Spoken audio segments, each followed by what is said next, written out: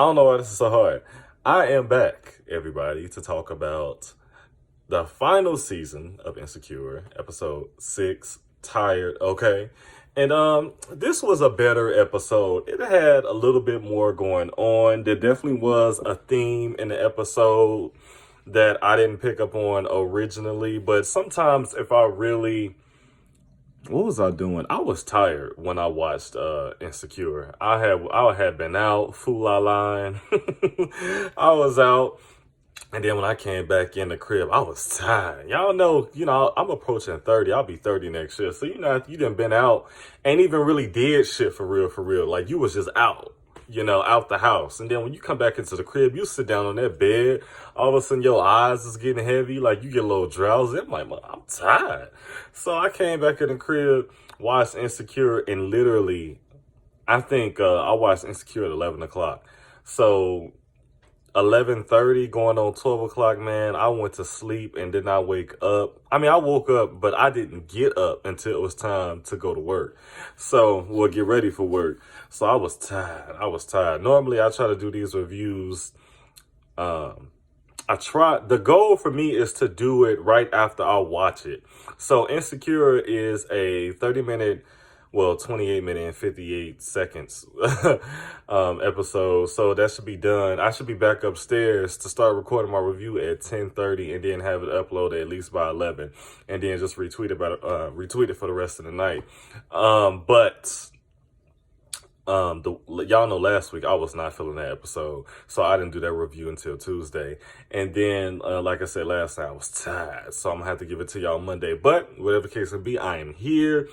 It had a little something going on, but we just gonna go through it with Molly. We're gonna start with Molly. Molly, every time I look at her, she looks like my auntie, because my auntie literally has that same haircut. And my auntie's name starts with an M, so I'm definitely seeing my auntie every time I see Molly walk across the screen. So Molly is freaking out. Her family is still at the hospital. Mom still hasn't woken up. And she's checking back and forth with Issa about how her mom is doing. And she's at that space where she's just trying to be Superwoman. She is trying to be the Superwoman who can work, who can handle her personal life, just do everything at once. And I think Molly is finally realizing, I hope she realized that you cannot do it all. You have to pick and choose. White women, if something's going on, they taking off. They're not going to be at work for the next couple of days. Black women will work through that shit and try to deal with it at home. But of course, when you get home, just like how I was after Insecure went off, you're going to be tired. So you're not even going to be able to do your best effort. So Issa is making sure everything is copacetic. She's bringing little catfish dinners down to Molly's, her folks, while also, getting a little too flirty with Curtis. And that banter between the best friend and between the friend, the best friend, the brother, and the best friend's best friend. Like, did I word that right? So you got just having a person whose brother is flirty with their best friend and back and forth. That dynamic is always fun. And I just wonder, I wish Insecure was long enough to actually give us some flashbacks so we could see how this started and how it progressed over the years. But it's unfortunate that in this last season of Insecure, this is our last time seeing Issa with Molly's family. And like I said, I don't think we're ever going to see I don't think we're gonna see Issa's mom again, but here we are, five seasons in. We were introduced to Lawrence's father in season 3. Then we seen his mother in this season. We've seen Issa's mom last season, but we have yet to see her dad. And Amal, I called him Jamal last weekend. Amal is still missing. But anyway, it's just interesting to see that banter when Molly was like, bitch, stop trying to fuck my brother. And Issa like, no. She's like, why would I do that? And she's like, well, he got herpes. She's like, do you really got herpes? But, I missed no, we're gonna get there. But right now we on Molly. And, so Molly's dealing with that, and she's also working with Torian again. Now, I'm going to mention this a little later in the video. I'm going to save it. Put a little pin in that, okay? But, she's working with Torian on a presentation. She's also, no, what was she doing before she even got there? It was in the beginning of the call. Yeah, a lot of things had transpired. Then she was at dinner with Torian, Felicia, and I can't remember the other woman's name, and BJ. Now, they were playing this little game called First Impressions, and BJ was saying how his first impression of Molly was a little suggestive. They didn't really go there, but they pretty much ascertained the fact that they did not fuck. Okay. And Molly, even though they didn't ask her, she was like, my first impression of Hayward was that y'all didn't fuck with me. And they were like, yes, bitch, we didn't. We didn't fuck with you. We got tired of you fucking comparing us to your white man firm. We didn't give a fuck about how they had DocuSign. We didn't give a fuck about how they had a fucking steamer or whatever fuck bells and whistles they had at their white establishment. Like, yeah, that is so fucking tasteless and tone deaf for you to constantly compare your black firm to your white firm. That is disgusting, Molly. She ought to have been slapped for that, but her character has always been super elitist, which is why she stopped talking to Jared at first, because he didn't go to college. Like, she's always been elitist. So that would have rubbed me the same way too. Her and that Bob was pissing me off that season. But Torian actually catches her, acting like, she was texting Curtis back and forth. He's like, are you working? Because you can't outwork Torian whatsoever. That Morehouse education didn't allow him to be outworked by no female, especially one from Spelman. Well, who isn't from Spelman? So she's like, nah, I'm taking a group picture. But it's like, Molly, you don't need to type to take a picture. This ain't even the days of Nextel phones. You never had to type to take a picture. So, and you talking to lawyers. So who you really trying to fool? With that being said, she tells them, she fakes it till she makes it, tell them all to get in. And then, the partners were actually buying the drinks, buying the food. So things got a little crunk. Then all of a sudden, Molly wakes up. Sleeve, arm out of one sleeve. She in a bed with a watch that she don't recognize. I'm like, oh shit, who dick did she suck? And and I fucking rewound just so I could see whose watch that was. So BJ wasn't wearing a watch, but I seen that Torian was wearing a watch. So I had already known who watch that was before we got to the next scene. And they told her that her ass got drunk, showed her the video, and Torian had told her, because after she tried to lie, say, yeah, I found this watch hella hallways down from my room. Do y'all know who watch this may be? Torian was like, yeah, that's my watch. Can I have it back? That's my grandfather's. And then, she asked him, did I suck your dick? And he was like, nah, absolutely not. But I'm like, absolutely not? Why you got to say it like that? Like, you just like, nah, that didn't happen. Nothing happened last night. I took you to your room. Now, I mean, it was just ways to say it, but to say absolutely not, like, oh, bitch, hell nah, you ain't sucking my... Like, what? Don't do all that. But anyway... And then later on, Molly has the presentation with Torian, and she's super distracted because Curtis is blowing up her phone. And I didn't have no reaction to that initially. I was like, maybe it could be of some serious, maybe it wasn't, but it was about some bullshit. And Molly couldn't even get word, like she was fading in and out like like a cell phone call losing signal. Like she was like entertainment and such as tech. And furthermore, tomorrow we also go back to what we talked about yesterday. Like, bitch, what? The partners was, well, I don't know if they're partners. What's above a partner? The lawyer. Somebody let me know. At a law firm, let me know. But Torian mentions that to her at the dinner, and he's like, man, I am so sore from carrying that fucking presentation more than I normally would have. Torian is so fucking pompous. And she was like, I'm sorry. I've been totally out of my head. And he's like, well, what's going on? And she finally tells him what she could have told him from the beginning. I'm sorry. If my mom is in a coma, it ain't happening. Like, I know sometimes I can internalize things because I don't really look for people to do things for me.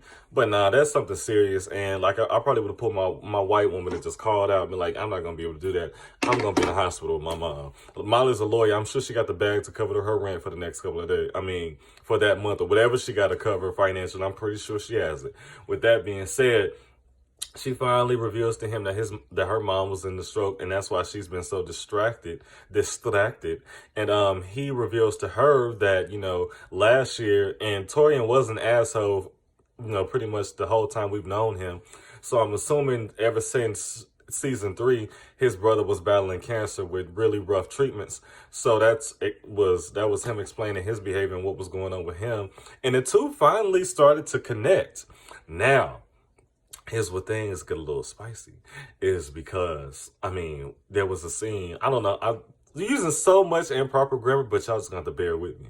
So things got a little spicy at the scene where this was after the fact, after pretty much Torian said to her that he didn't think that she even had a family. He thought that she just had a cat, which I felt personally attacked because if y'all been watching me this entire time, I have a cat and she sometimes makes appearances here in the background when I'm trying to do my thing. She was like, "Now I got a dog named Flavor Flav, after the rapper." And he was like, "I know who that is," but I'm not even entirely convinced. Torian stiff ass knows who the fuck Flavor Flav is, and if he does, he doesn't know him from Public Enemy. He knows him from Flavor of Love, which which a lot of us did, which a lot of us were introduced to him as. Not me, because my mom loved Chuck D, so she definitely played "I Got a Letter from the Government" a lot when I was growing up. So, with that being said, I'm not convinced that he knew. Then later on in Molly's scene, he had brought some kind of bag to her, wanted to make sure somebody bought a gift for everybody. And he wanted to make sure that she got hers. And at that same time, her brother, this was after I think her brother had called her and let her know that her mom was out of the coma. And she actually hugged Torian. And then she hugged him again. And then they locked eyes. And then, I don't know, maybe something was brewing a little bit. But I did say, if somebody wants to go back and watch my season 3 reviews, I did say I felt like Molly and Torian were going to get together. And I said that because they were butting heads so much that sometimes when people do that, they really have repressed sexual feelings for each other until it comes to a fault and they finally start fucking. So that's why I felt like the two of them were going to get together. But, they, it may have it may be 2 seasons late, but it may end up happening. Now, let's talk about this Issa shit. So, Issa and Crenshaw. Issa was totally wrong with the way she handled that event, so much that, other people were bashing. I mean, other people did not want to work with her because of the things that Crenshaw was saying about her on Twitter. And I'm just like, Issa, why didn't you think that would be a thing? This is the internet, Issa. Like, everything is word of mouth, especially when it comes to new business, particularly new black businesses. As y'all know, black people, we are the hardest on ourselves. So if one black person says that black person is hard to work with or unprofessional as fuck, that is going to put a taste in black people's mouth that they are not even going to be willing to try to see what the fuck they was talking about. They're just going to take it for face value and move on to the white man. With that being said, she brings some horrible, I'm pretty sure they were horrible. Them brownies, I feel like they probably did taste like olives wearing them. But with that being said, nobody was fucking with her except the dude with the snacks. And of course, he came to get a brownie because snacks is what he does. But Crenshaw, pretty much, he was not fucking with Issa. He let her know, like, listen, before you even try to go on with what the shit that you talking about, let me tell you what the fuck I'm talking about. You had me thinking that you were going to support me in full, but when shit got a little real, you decided to go on the side of your boss, like pretty much saying that I may be too much when me being too much is why you even came to me. And then she didn't even apologize for it. She was just like, she's saying like how this may have fucked up her bag, and she was like, well, you know what, I'm not going to risk it because I'm trying to grow my business, which is valid. But however, when you're dealing with people, you have to be transparent, because if you're not, they're not going to want to work, and you throw curveballs at them, there's a possibility that they might not want to work with you again. Case in this point, Issa, and even then, Issa was still not being transparent, letting him know that she was just trying to appease everybody instead of actually having some integrity.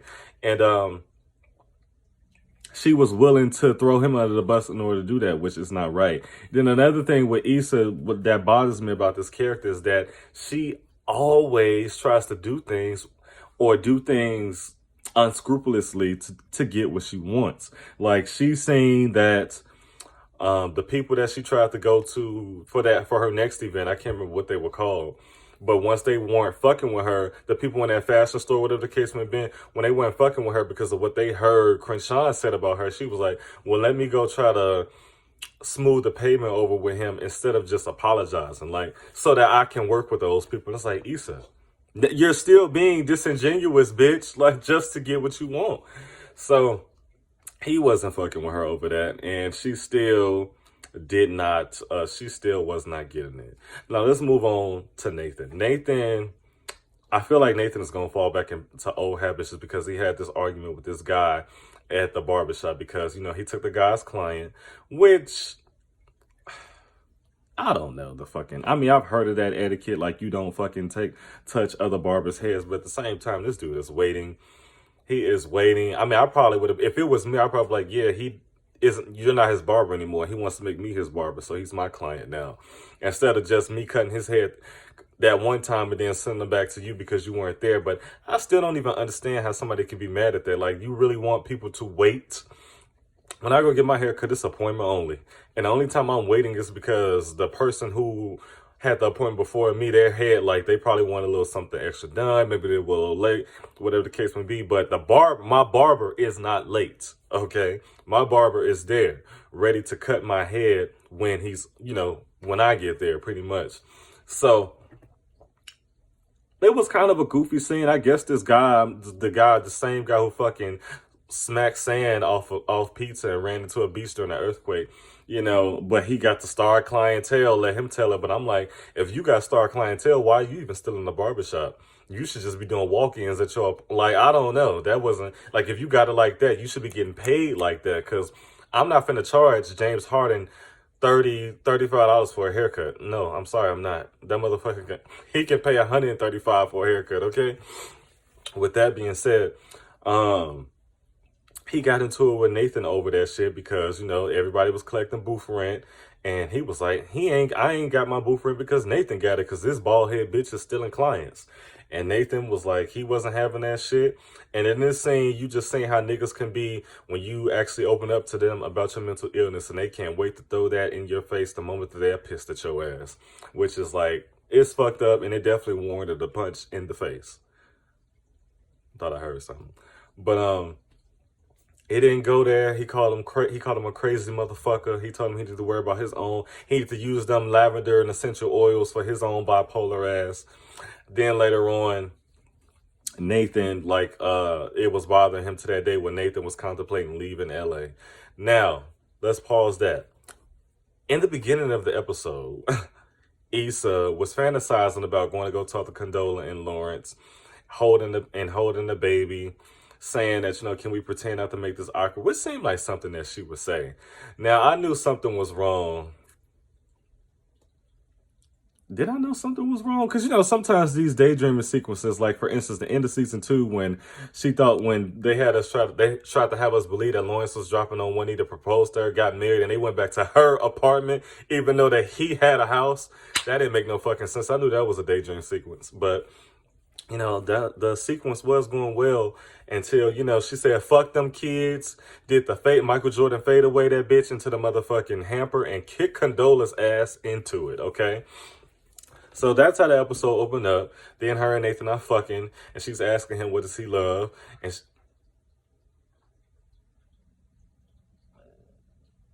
it's this cat, y'all. Let me talk lower. Maybe I can hear the background. She's asking what Nathan loves. And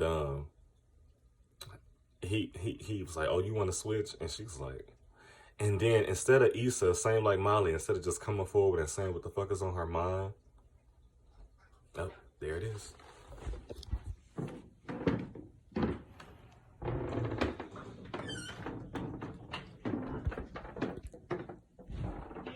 Hey. I won't. So, hold on. This is so ghetto, y'all. But y'all gonna get this shit. This is just who I am. Because I ain't stopping.